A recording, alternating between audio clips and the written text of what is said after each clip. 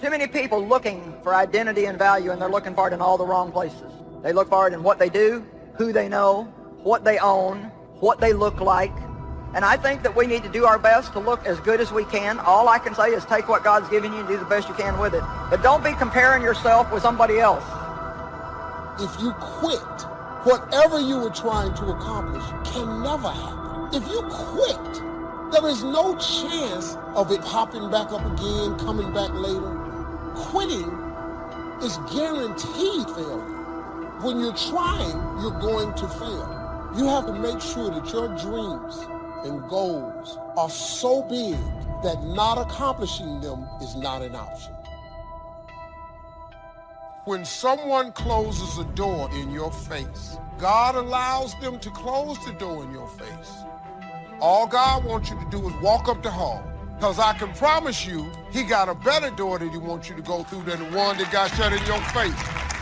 That's a fact. The door is closed for a reason, because God just wants you to walk up the hall, because he got another door. And when you open it and get behind it, you ain't gonna believe what's back there. But you will never get to it if you stand in front of that door crying. God is the creator of all doors. I'm just gonna see what else he got for me.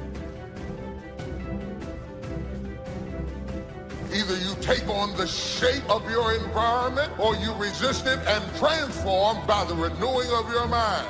Everything you've ever changed about your life started in your head.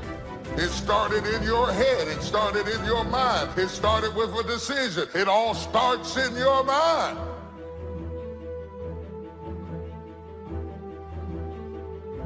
An anxious and a worried mind is not normal.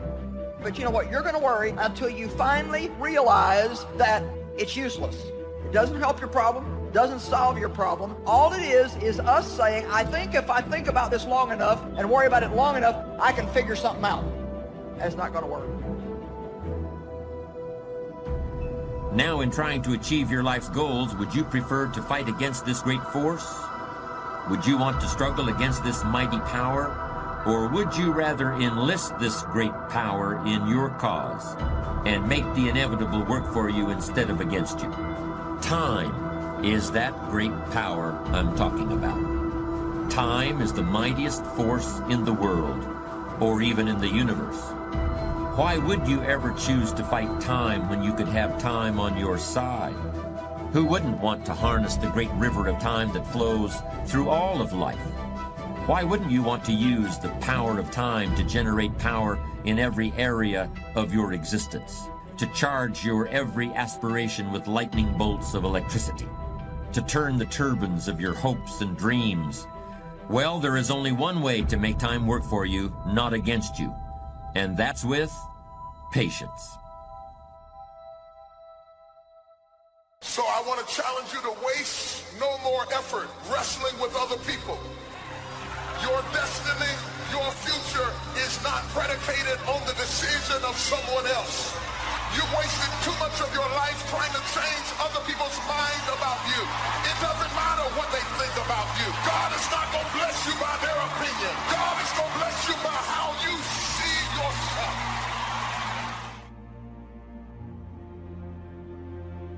I must be inclined that it's somebody who's holding back on a decision, holding back on moving forward, and you're holding back because of fear. Fear of being rejected, being replaced, fear of people that you want to accept you won't accept you, fear of moving out. When fear controls you, your decisions become illogical. And it's a problem because God is not the author or the generator of fear. It is a spiritual attack that comes against you in spiritual ways. And because you are up under attack in your spirit, in your mind, in your emotions, you are lonely. No matter who you're around, no matter how many people know you, you end up alone because you are up under a private battle that you can't talk about.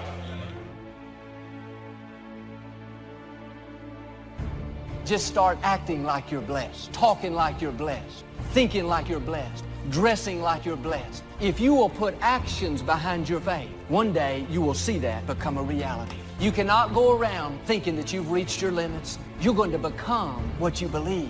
you are fully equipped. It may not have happened in your past, but it can happen in your future. Now, I'm asking you to go get what belongs to you. You are blessed. You are prosperous. Start acting like it, talking like it, dreaming like it. Patience. There's a type of person for whom everything is undertaken out of desire to achieve a goal.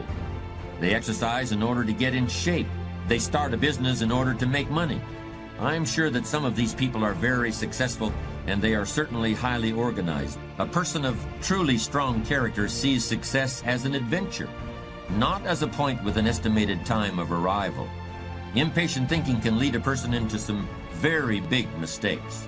When you are always looking somewhere else, whether it's down the road or up toward the top of the mountain or off toward the left field fence, when you're looking off in the distance like that, you often miss what's under your very own nose. That means the pleasure and fun of living which come in the here and now get overlooked for something that not only isn't here yet, but might never arrive. True patience is more than just a waiting game. Patience doesn't mean you sit around hoping for something to happen. Patience is not a passive quality. Sometimes patience can mean doing something else entirely, thinking about another venture, taking off in a different direction, while you give events a chance to run their course. Your tongue is the rudder for your life. It's determining the direction. Next time you're tempted to say something negative about yourself, your future, your finances, zip it up. Don't steer yourself toward defeat. Say not, you're too young. Say not, you can't accomplish your dreams. God wouldn't have given them to you if you weren't well able. You got to come up with some times in your life that you unplug from this crazy world. Turn your phone off. We live in a world today that's got us so focused on everybody else that we're comparing our life to everybody else's life, and anxiety and fear come whenever you start dwelling on the past and whenever you're afraid of the future. The struggle is in your mind. Slept 8 hours and you wake up still tired. Your mind has been in turmoil all night long. You've been wrestling in your sleep. Your body went to sleep, but your mind is still caught up in a warfare. Your mind is the battleground.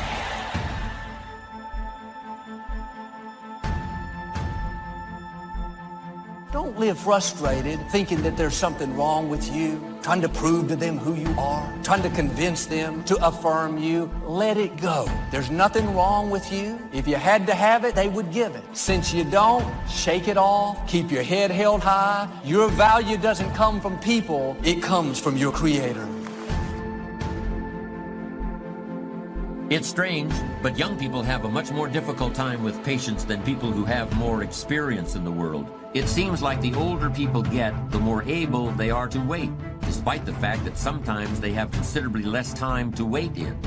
You could argue that older people ought to learn how to act quickly and decisively, while younger people need to learn how to wait.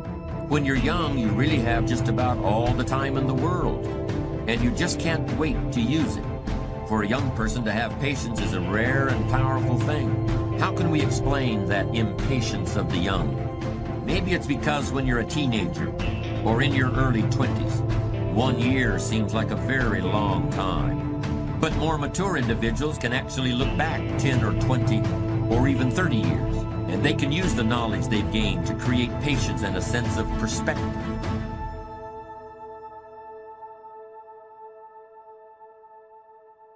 Have you ever found yourself stuck in one of life's storms? And no matter how hard you try, no matter what you do, it seems that you can't make any headway. So many times the storms in our life, we didn't prepare for them, we didn't plan for them, we didn't ask for them, we didn't even cause them, they just suddenly happen. I want to talk to us this morning about hidden blessings in the storms of life.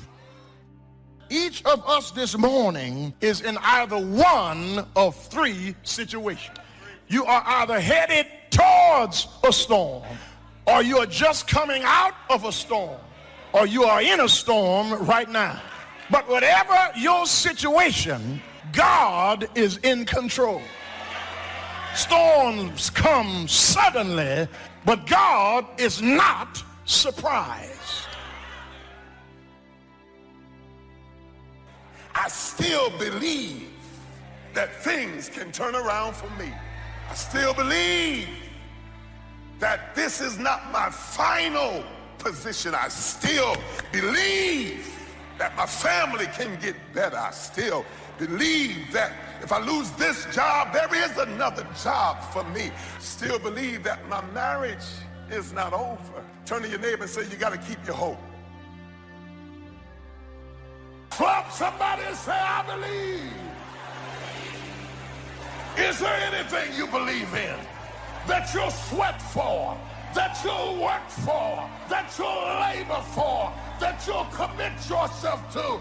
Is there anything that you love other than yourself? Just because we have a problem is not an indication that God doesn't love us. Our faith will be tested at different times in our life. If we weren't going to have any problems, we wouldn't need any faith. That's what faith is for. Faith takes us through the times that we don't understand and helps us come out victorious on the other side. You may be going through something, but the good news is you're going through. You're still moving. You're still alive. You're still breathing. You're going somewhere. You're going through. You're not devastated in the middle of, you're going through. And guess what? When you come out on the other side, you're going to be stronger than you were when you went in, and you won't even smell like smoke. We get disappointed in the way that God does certain things. We get disappointed in the people that don't help us along the way. But just because you're disappointed in people, don't jump off the ship and drown in the sea. Just because people let you down, don't give up on God, who never will. Just because you lost a job, don't stop trusting that God is my provider.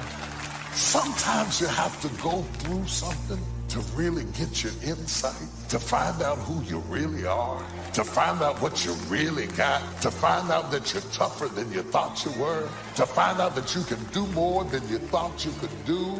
Through my eyesight, I connect with that which is around me, not that which is within me. And sometimes I cannot be delivered by that which is around me. I can only be delivered by that which is within me. If I look around me, I see circumstances. If I look in me, I see hope.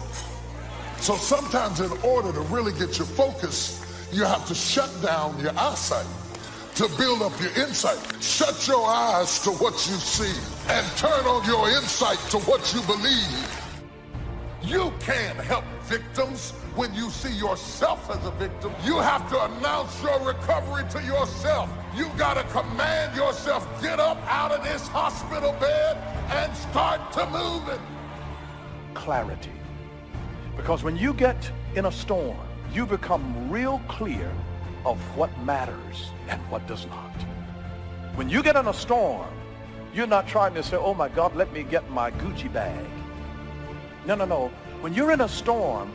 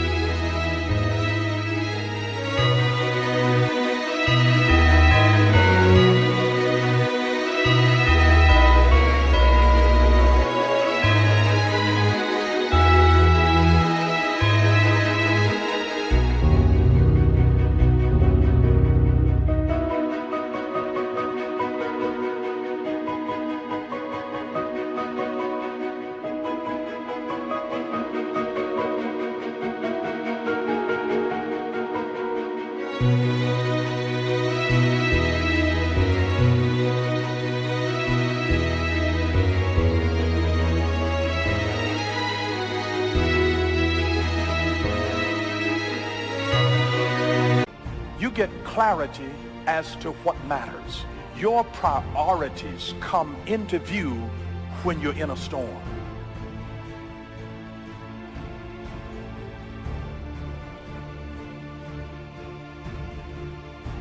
So if you can't control something and you can't get control of it, you have to at least embrace what you can.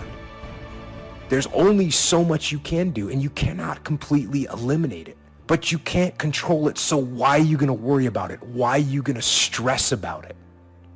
If there's something that's completely beyond your control, you got to detach from it and not let yourself get stressed about it.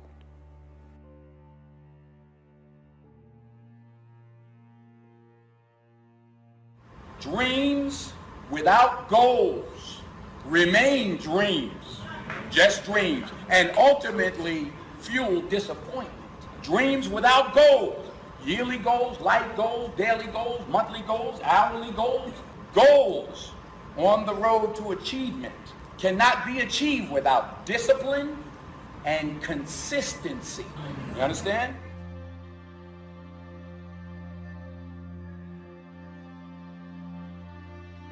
Someone's gonna get the candy in life. There's always candy in life. That piñata eventually always breaks down. Do you want to be the person who was there in the beginning, hitting as hard as you could and sacrifice it and never get the candy? Or are you going to get something for your pain? Are you going to get something for your effort? Are you going to get something for this sacrifice you're making? You got to get something for this pain. You got to stick in the game until the candy comes out, and then we all get to celebrate. I promise you there's going to be a payoff for you.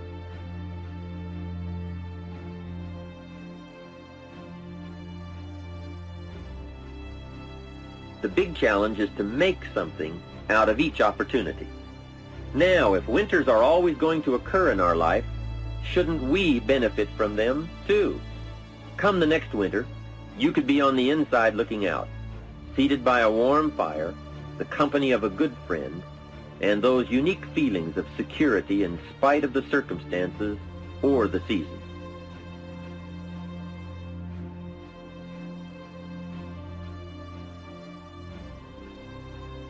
Don't go by what you feel.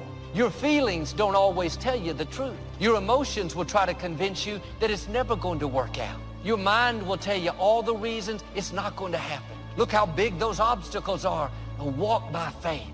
It may still be dark out, but I know you start the day in the dark. I know that means light is on the way. Keep doing the right thing. You're in a new day. You pass midnight. It may be 3 in the morning. I've learned the longer it's taking, the better it's going to be. God is getting you prepared for the blessing He's already prepared for you. And when it's taking a long time, that's because the blessing is bigger than you can handle right now. He's getting you stronger, more mature, more confident. Don't be discouraged because it's been dark a long time. That's a sign God is about to do something that you've never seen. It's going to be bigger, more rewarding, more fulfilling than you've ever imagined.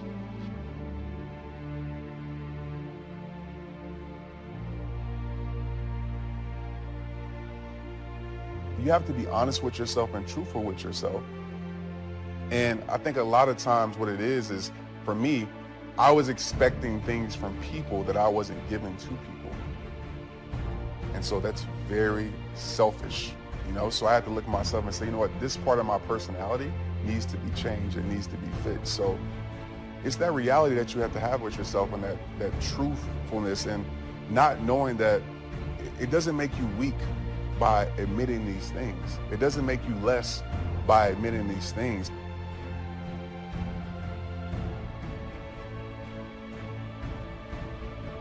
Begin to know now that the night will pass. And as you learn to grow and progress, you will better understand how to handle every night and better live every day. Don't be afraid to face the facts of life. It is not negative to understand that the winters always come. Don't clip the word impossible out of the dictionary. Don't say, I don't want to hear the problem. I don't want to see the difficulty. Don't show me the weeds. Don't say anything negative. Only see the positive. That's foolish. There is a thin line between positive thinking and kidding yourself. And remember, there's also a thin line between faith and folly. You think things are gonna just go your way? Well, they're not gonna just go your way. You gotta make them go your way. You think things are gonna just happen for you? Well, they're not just gonna happen for you. You gotta make them happen.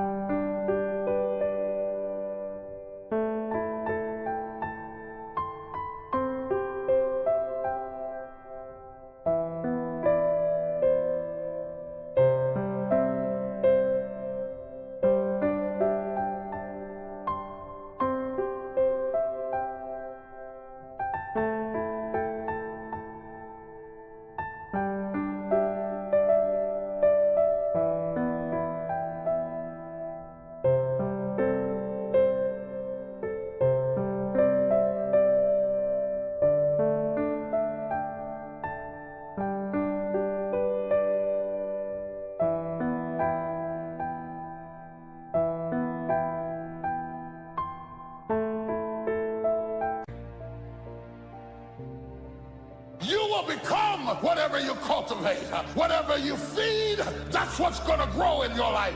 I'm saved, but I gotta change my diet. I'm saved, but I gotta change who influences me, who speaks into my life, who feeds my mind, who determines what looks good on me, who determines what I can do and who I am. What's wrong with you is all those people who knew you win, because if they knew you win, they'll hold you to back then. I gotta go.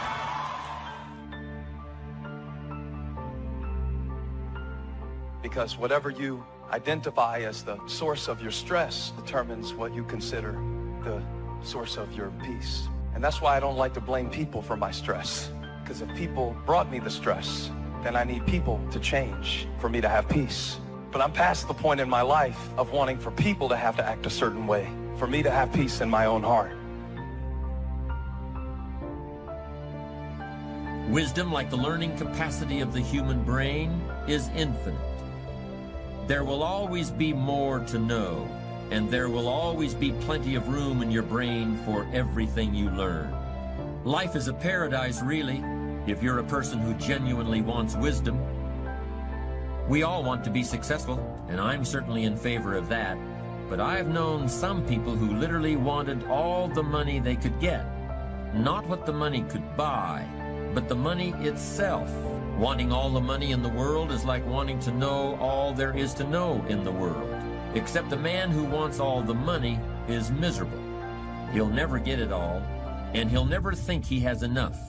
Even if he had rooms filled with $1,000 bills, he'd still want the next man's nickel. And he'd be in pain about that, filled with envy about it.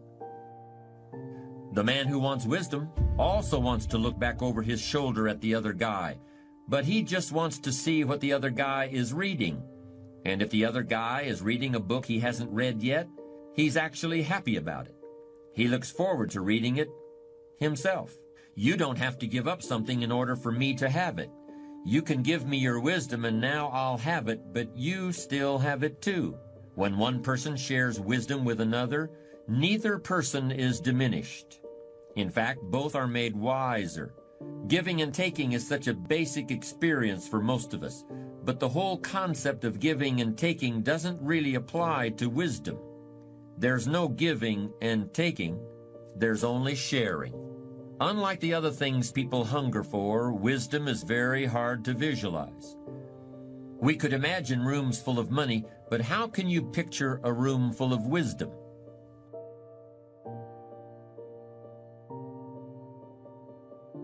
So easy. So easy to put things off. So easy to say, you're going to do it tomorrow. Well, I want you to reprogram your brain and tell yourself that tomorrow is not a viable option. You do it today. You get it done today. That's what you do.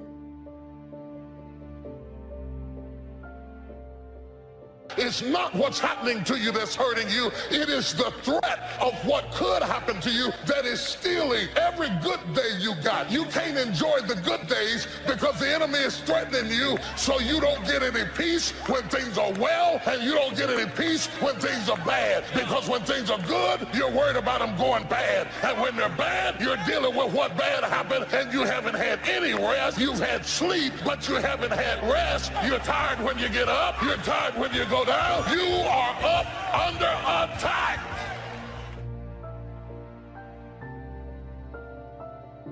So feeling safe and feeling secure is very important to me, and I think it's very important to every single person. I think that God created us to feel safe, secure, confident, and bold.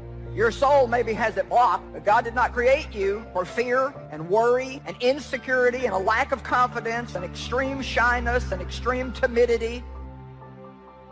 Wisdom is not a thing you can buy, or a course you can take in school, or a degree you can earn.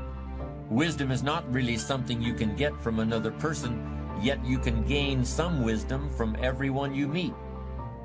Wisdom is something a wise man always feels he needs more of. Yet the true sources of wisdom lie nowhere but within ourselves. There are plenty of people who are too smart for their own good, people who are filled to overflowing with facts and technical knowledge. but who are sadly lacking in human understanding and common sense.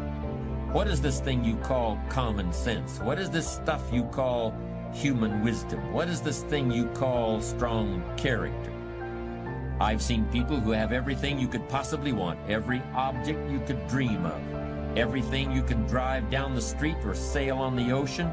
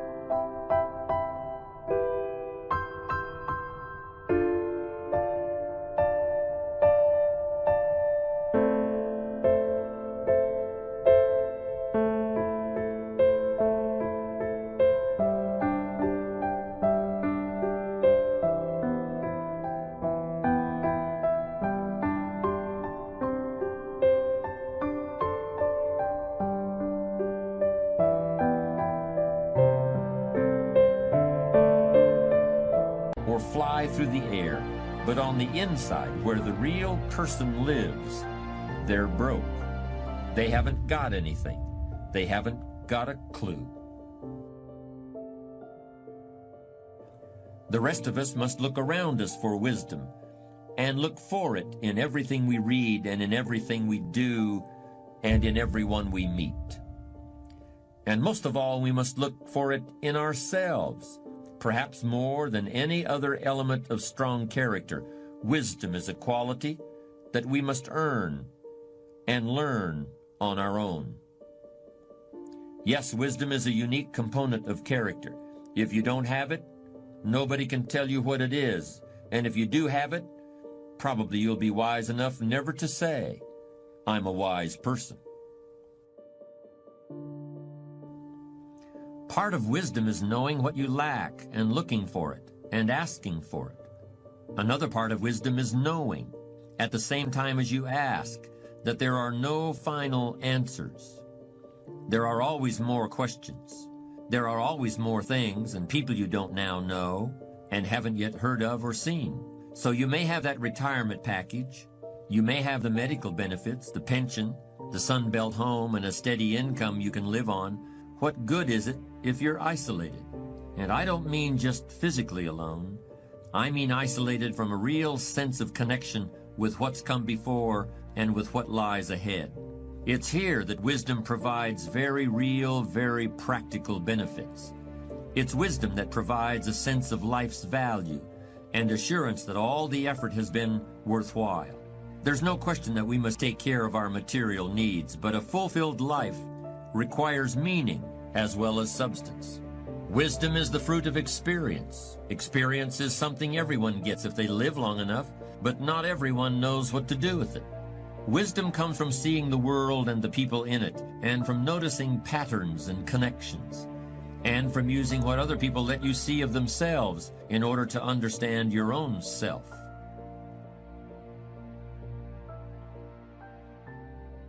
Credit goes to our awesome patrons who make videos like this one possible. Consider joining them to support our work. You can also support us by subscribing to our channel and clicking the bell button to get notified when our new videos are released. And as always, thank you for watching.